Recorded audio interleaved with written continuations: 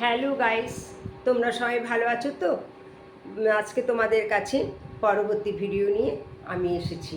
আজকে তোমাদেরকে বলবো যে বিবাহের বাধা দূর করার টিপস। তার শুরু করার আগে লতার ডায়েরি চ্যানেলে যে সমস্ত বন্ধুরা আছো তাদের সবাইকে জানাই স্বাগত। তাহলে চলো শুরু করা যাক। বিবাহের বাধা দূর করার টিপস মানে দেখো, অনেকের বিয়ে হয় না, কত সম্বন্ধ দেখা হয়, বিয়ে হয় না, সেই জন্য তার বাধা থাকে। সেই বাধাকে দূর করার জন্য কি করতে হবে সেটা তোমাদের কাছে আমি তুলে ধরছি। কুমোরের চাক থেকে মাটি এনে তাতে নিজের হাতে গণেশ মূর্তি তৈরি করে নিত্য পূজান্তে গণেশ মন্ত্র পাঠ করবেন। এতে অবিবাহিতের শীঘ্র বিবাহ হবে। বুঝতে পারলি কি বললাম? কুমোর মানে যেখানে মাটির জিনিসপত্র তৈরি হয়, সেই কুমোরের চাক থেকে, ওখান থেকে মানে সেই চাক থেকে মাটি আনতে হবে। কুমোরের চাক থেকে মাটি এনে তাতে নিজে হাতে গণেশ মূর্তি তৈরি করতে হবে।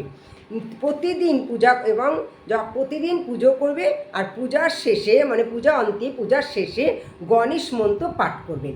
তাতে কি হবে? তাতে যাদের বিয়ে হচ্ছে না, বাধা রয়েছে, সেই বাধা শীঘ্র কেটে যাবে। কেমন? এতে অবিবাহিতের তা শীঘ্রই বিবাহিত হবে। শুধু তাই নয়, এতে সংসারে আর্থিক বাধা দূর হয় এবং ছাত্ররা এই প্রক্রিয়া অনুষ্ঠিত করলে তাদের স্মরণশক্তি বেড়ে যায়। বিবাহের বাধা দূর করার আরও একটি মজার কৌশল রয়েছে। বিবাহের জন্য মেয়েকে দেখতে আসার দিন লাল চেরি কাপড়ে 5টা গোটা ফল বেঁধে মেয়ের শোবার ঘরের ঈশান কোণে টাঙিয়ে রাখবেন। কারোর কুনজর কাছে ঘেঁষবে না, বিয়ের বাধাও লাগু হবে। তাহলে বিবাহের বাধা দূর করার জন্য আর একটা পয়েন্ট। প্রথম পয়েন্ট তো তোমাদের বললাম যে কুমোরের চাক থেকে মাটি আনবে, সেই মাটি দিয়ে তোমরা নিজে হাতে গণেশ বানাবে। গণেশ মূর্তি তৈরি করবে এবং পুজো করবে। পুজোর শেষে, যখন পুজোটা করার শেষ মুহূর্তে তোমরা কি করবে? গণেশ মন্ত্র পাঠ করবে।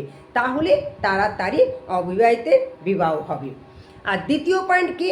বিবাহের বাধা দূর করার আর একটা মজার কৌশল হলো, বিবাহের জন্য মেয়েকে দেখতে আসার দিন যখন দেখতে আসবে মেয়েকে, তখন লাল চেলি কাপড়ে 5টা গোটা ফল বেঁধে মেয়ের শোবার ঘরে ঈশান কোণে টাঙিয়ে রাখবেন। কেমন? কারোর কুনজর কাছে ঘেঁষবে না, বিয়ের বাধাও লাঘব হবে। তাহলে বুঝতে পারলে যে বিবাহের বাধা দূর করার জন্য কি করতে হবে।